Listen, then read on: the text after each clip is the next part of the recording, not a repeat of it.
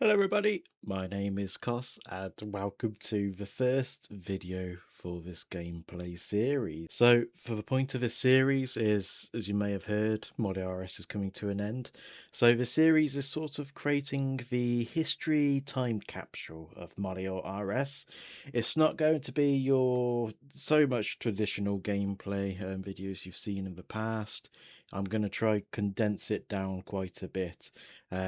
Given the time frames and the time schedules, I won't have time to sort of like record start to finish of like training sessions, for example. So typically, if you watch your, usual RuneScape or old school RuneScape videos, it'll just be cut down a lot. So, um, but yeah, point is to cover pretty much, hopefully, most of Molior RS to show off everything we've got from bossing, skilling, questing, exploring all the lands, of course. So I've got a few cool ideas which I want to sort of use to hopefully capture that. So hopefully the series goes well and I can actually finish it this time without any interruptions. But yeah, I'm not going to stream this time. I didn't mind streaming. It was nice answering all the questions and getting sort of like viewers, but for the point of cataloging the project, I want to sort of have the videos, yeah, just videos start to finish rather than a live stream.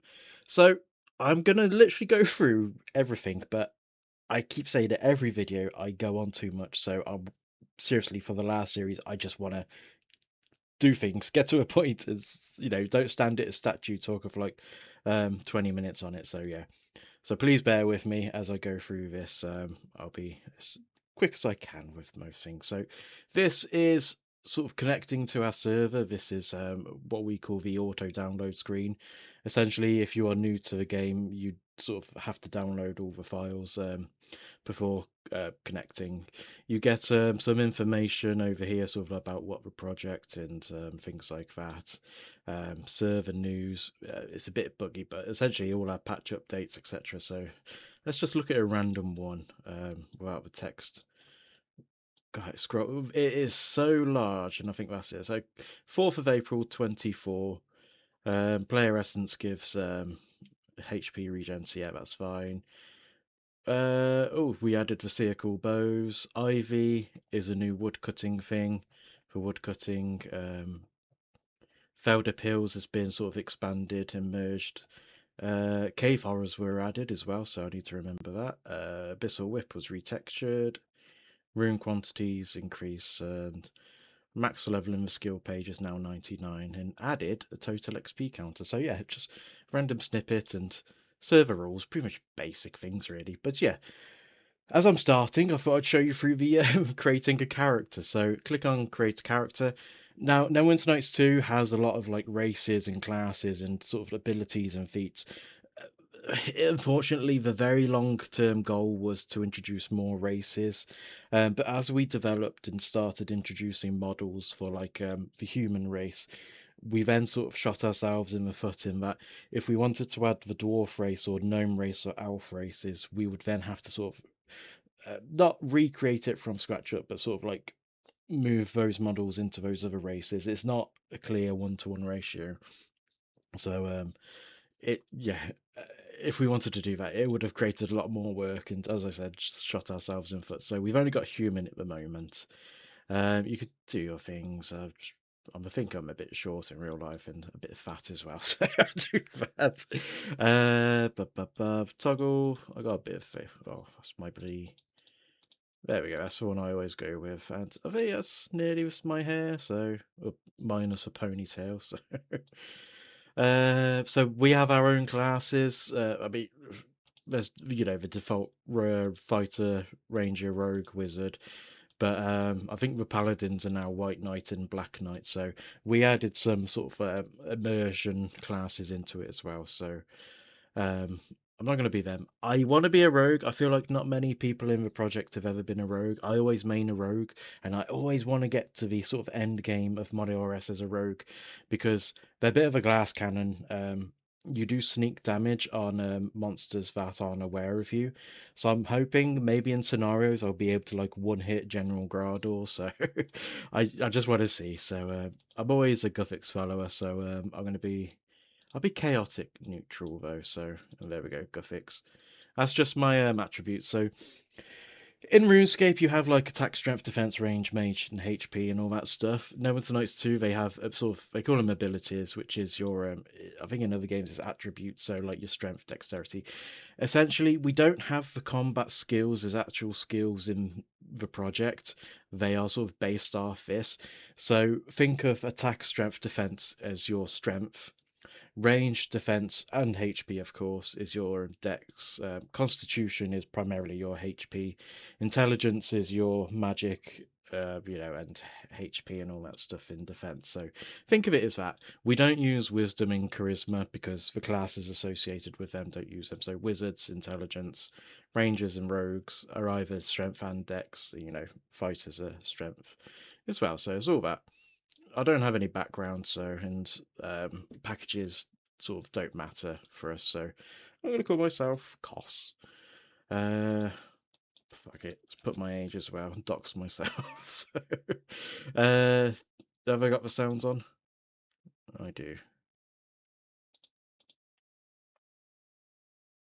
Stealth specialist. So there we go. Created my character. Simple, straightforward. As I said, we've cut back a lot, so there's not a whole lot to sort of customize and choose, whereas default Neverwinter Nights 2 has sort of a lot more. It was mostly because we wanted it to be, RuneScape's quite a simple game. You don't use abilities and things like that. You're not like a warlock or a druid and things. So it was sort of trying to create that simplicity of not over bombarding players of oh, what do I choose? Why has this person got like a panther or a badger following them? Things like that. So here we are in what is called our lobby. So this has gone through so many iterations before, and this is what I mean. I don't want to yap about what each statue is, so I'm going to very briefly go through sort of each one, skim it, one and done. This is the first time, and last time you'll only see the lobby, so I won't be sort of running through this all the time. But in Neverwinter Nights 2, you have to spawn somewhere each time. You may think of like Tutorial Island, like how RuneScape does, or Lumbridge, but the issue is, and this goes for every server in Neverwinter Nights 2, there's always sort of like this out of area role playing game, which is like it breaks the fourth wall. It's there for the gameplay mechanics. You have to spawn somewhere. So we chose sort of this area as our lobby, and this is essentially a timeline of what has happened in Molior RS. So here we have initial work on Molior RS begins in 2011. So that's when I sort of created the first Lumbridge and things like that.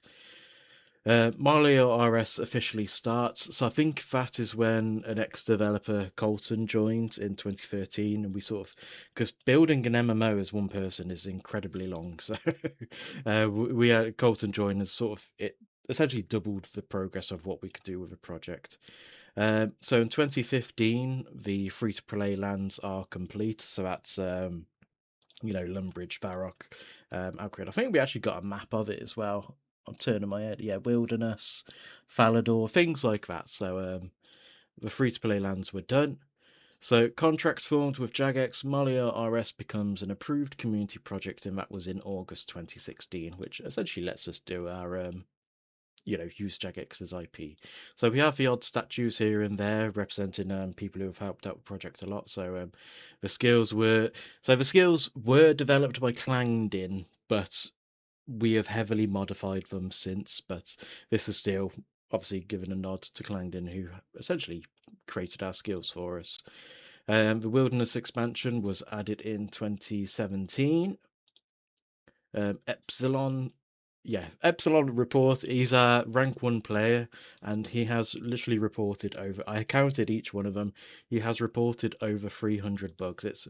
That was added ages ago, so it's it's probably like a lot more than that now. And just a little Easter egg is that we got him just like each one's holding him. I forget the name, Abacus or something. Clangdin's holding for skills. Clangeddin, he's fighting a dragon that's breathing fire. Now, someone commented that,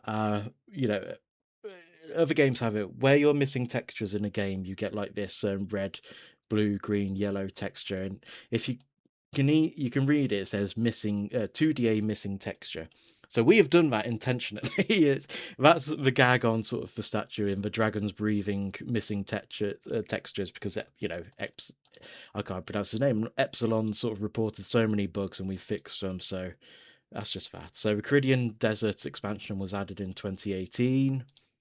My God, the past sort of like the end of 2020 is the later 2010s. We just did so many expansions. So the Mauritania expansion, this took I think we dedicated a year to it, but we actually completed it in 6 months. I don't know if that's 6 months different. So April, no, that's way over 6 months. So yeah, Mauritania expansion was added.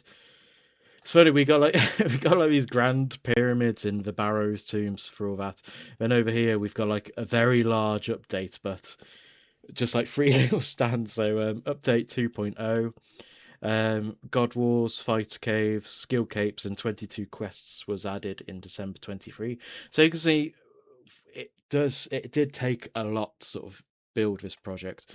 We've got 2020 over there, man. We've got 2023.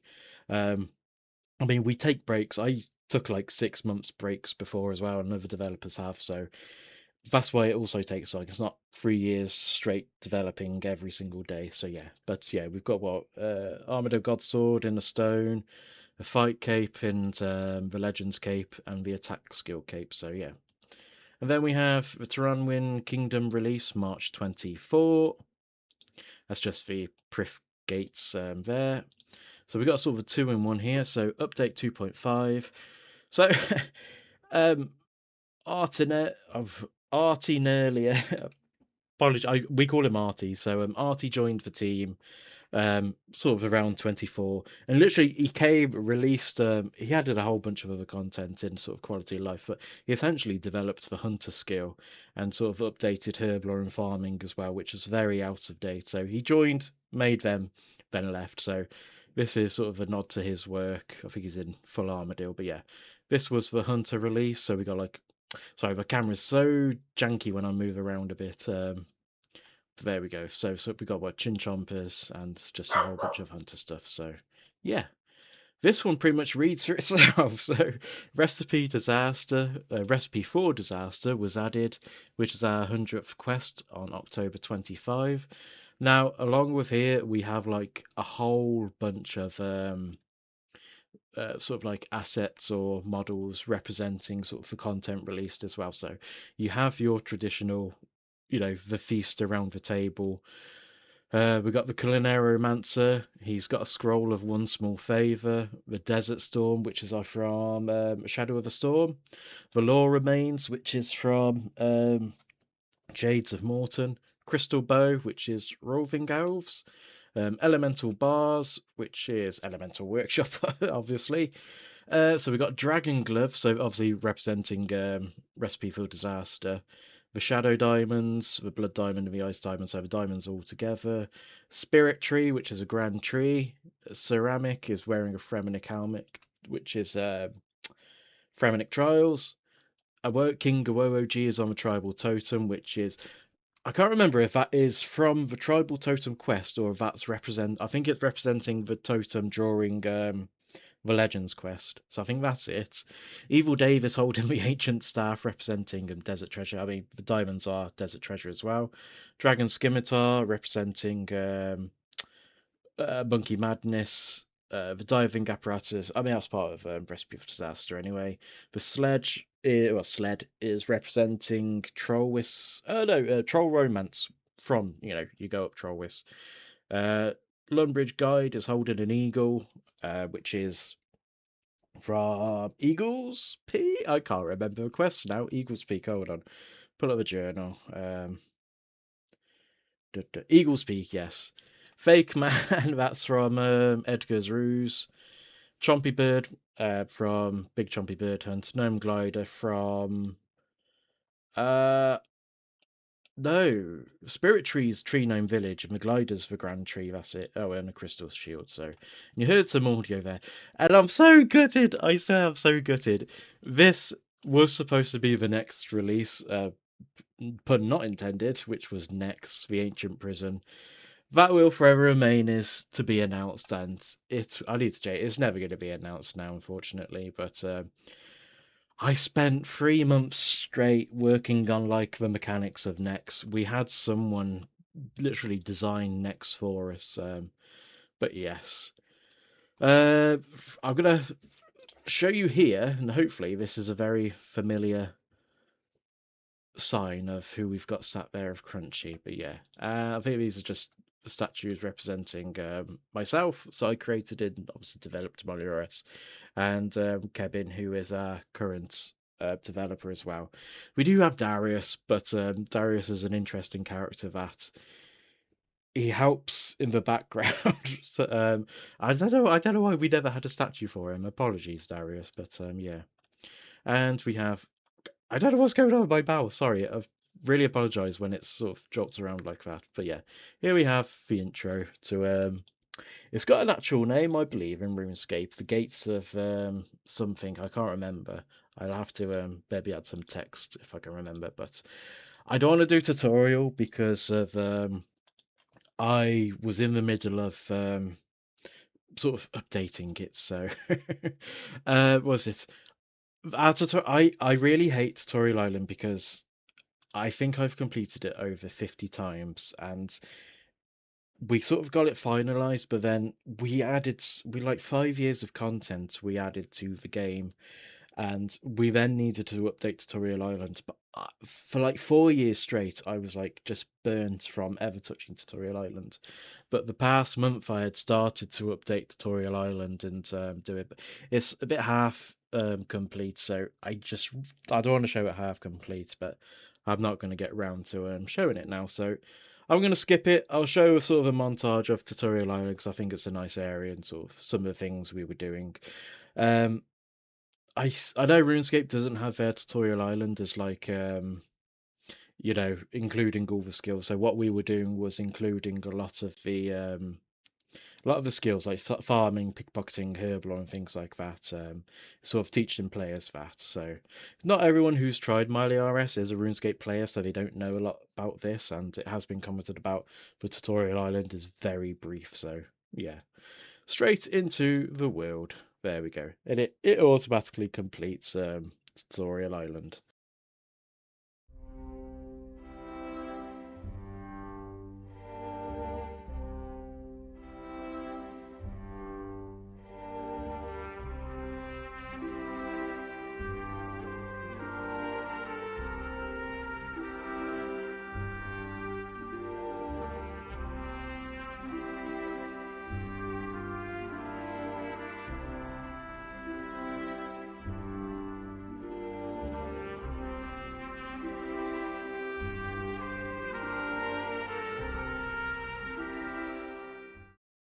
Okay, welcome back. I think I just recorded 20 minutes without the sort of a desktop audio, so bloody great start to the series. I'm going to keep it short and sweet, do a quick run of everything I've done. So here we are in Lumbridge. My goal just for this video was to just do to Cook's Assistant, so I've started it. I just need to get the ingredients, but I'm going to sort of quick whistle-stop tour of everything I've just spoke about, so yeah. Um, Here we are in Lumbridge, fishing spots, the goblins, the giant spiders, Lumbridge Castle. I'm trying to think of what I spoke about now, and I've just said it all. So, again, thank you all for the support from the Reddit posts. We've made like screenshot posts in the past. Sometimes we get like 100, 200 upvotes. Always compliments, to be fair. So, but yeah, I wasn't expecting it to sort of blow up that much. So thank you all for the support. Comments were sort of overwhelming, really. One of the things I saw sort of be asked quite a lot about is trying to make the project un-RuneScape it in a way, not associated with RuneScape. And as you can see in my inventory, we've got the old school RuneScape inventory. We've got a few things here and there. It's custom for never nice to do purposes, but I think we have like over 3,000 items, and each one has the icon. So we got shrimp, the shrimp icon. Now, part of the contract is, because I saw comments about sort of like ripping assets, and the point of the contract was we literally could do that. We were allowed to use all the assets given to us by Jagex and sort of, you know, item icons and things like that.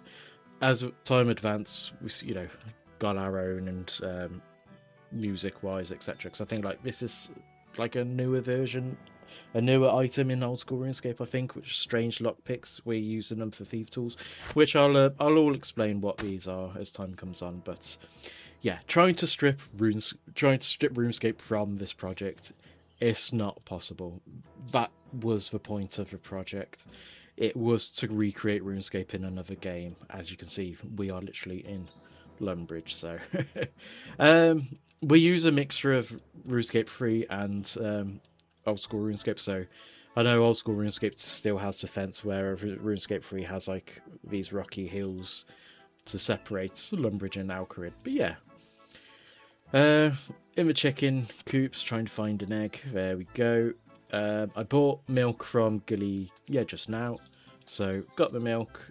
Now it is a pot of flour. So I'm just gonna go there. I got it already before I realised my audio wasn't sort of recording. So yeah, we have hunter implings as well. So that's a young impling. I think it's like a gourmet impling over there. So it's like sometimes odd where I come into Lumbridge and I see like a dragon impling or something. So it's interesting to see. So we got the sheep and we got the mill over there and the wheat fields. So yeah, I think that's all I sort of talked about really. Oh, there was the karma system as well. So as you saw during the character creation, I was a Guthix follower. So I'm currently doing Cook's Assistant, and one of the things I was introducing to quests was like a karma system. So it's not just like a one-to-one, you know, how quests function. I wanted to add that sort of No Winter Nights 2 twist of the karma into, you know, your alignment and are you good or bad. So Lumbridge was sort of like the starting point of this large immersion project I was doing, where NPCs sort of like have roles. They're not just sort of like wandering around aimlessly. I mean, these are. I don't know. I never got around to doing them, but yeah.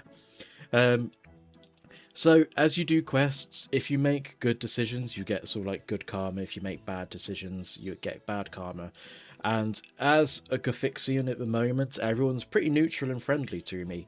It is also, and this is how big immersion this sort of project was, in that it was also based on where you are. So Misthalin they are sort of the Saradomists, but there are also a lot of Gothixians in there as well. So as a Gothixian myself, they're friendly to me. If I was a Zamorakian, a lot of people would sort of, if I talk to them, they might ignore me. They might sort of be sharp with me, say like, "Oh, what do you want?" rather saying like, "Oh, good morning." And this goes to like anyone really. Like we got men and women over here who you normally kill for basic loot or you pickpocket for gold. They have their own dialogues as well. I think I'm about to be showed up. If not, so good day. Lumbridge is a nice town, but the goblins nearby don't help. So there are some dialogues. I think the guards as well sort of talk. Good day, sir. What are you up to? I am just patrolling in front of the courtyard and over River Lum, ensuring those goblins and pests aren't coming over. Why live so close to them? While Lumbridge wasn't exactly built next to a goblin camp, those two houses burnt down many years ago and the owners didn't want to rebuild and moved elsewhere. Goblins came soon after they noticed it was abandoned and settled. Why not clear them out? They aren't all that bad, the odd thieving now and then, but King Harald and Duke Horatio formed a type of agreement with them to stay. Fortunately, it has created a benefit for the residents of Lumbridge, as for vermin stay that side of the river. So you can even ask, like, why is his uniform? I know his uniform's not blue, so it's something we have to model in the future. But so the flags are Oh no, sorry. Why isn't your Lumbridge not blue? So the flags on the castle are blue and white, yet you're wearing orange. I see the confusion. Yeah, that really confused me, so I clearly can't read. Lumbridge is a part of Misthalin, and given the size of Lumbridge, it doesn't have its own military. So some of the Varrock guard shifts are allocated to Lumbridge to help protect the town. Where is Varrock? If you follow a river up north, you'll see the city walls. So, you know, guards just aren't... I don't think in RuneScape they have sort of much dialogue, you know, at all. So it's creating that immersion, really. And I think I can ask, you know, the same things about the uniform, but some of the things are different with, like, not being able to say, oh, what the goblin's doing again.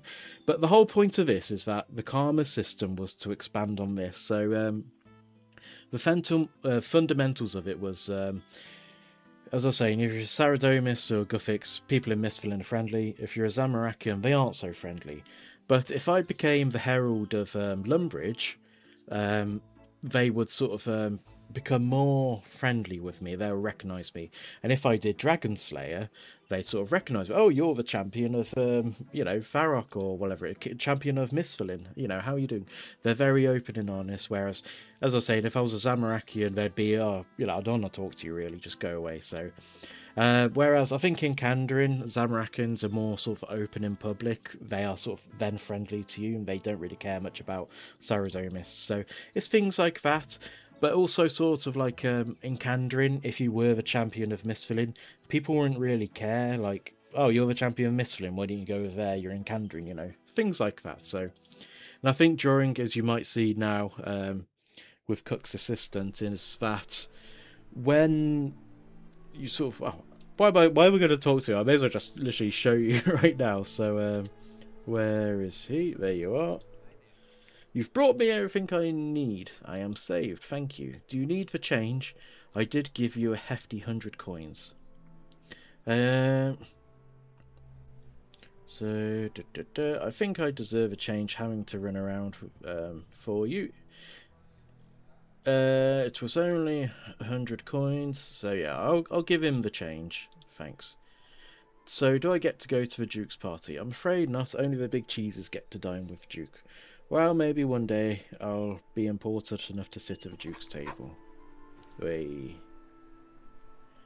Oh, there. So, because I gave the change, well, my level 6 cooking, so because I gave the change back, I got 1 good point towards good. So, if I make, you know, I'm a Gothixian and I want to be neutral. If I make too many good points, I'll eventually become a Saradomist. So, that is the system. So, congratulations, Cook's Assistant's quest. You're awarded 1 quest point, 500 cooking XP, and access to the oven. So, what was I? Level 6 cooking. So, these are all of our sort of skills and everything we can make. So, Rocktail is level 93. That's the highest. It's forever been on my mind about the difference in the icons. It's, I guess, a good thing I never have to fix these now. So, but yeah, that is sort of all the skills as well. What's Slayer? So we got like Slayer tasks and points and things. Lava Strike Worms are level 97, so you got Slayer masks as well, and all the Slayer masters. I think Herblore goes very high as well, because we added a whole bunch of potions. So overloads, it's not TBA. Overloads do exist. So in extreme cooking potions are level 98. So we take a bit of, as I said, RuneScape 3 and old school RuneScape as well. So that is the first quest done. I think it's such a traditional quest to, you know, first complete in RuneScape overall is Cook's Assistant. So moving forward, I'm probably going to finish the other quests around Misthalin, probably just so screenshots or montages of them. But for the first video, it's been a lot of talking, a lot of sort of explaining systems and all that. So yeah, was it 3 o'clock? The sun's setting soon. Oh no, it's over there. So yeah, it's slowly starting to get dark. But I'm going to leave it as there for episode 1. Thank you all very much for watching, and I hope you all enjoy. Bye bye.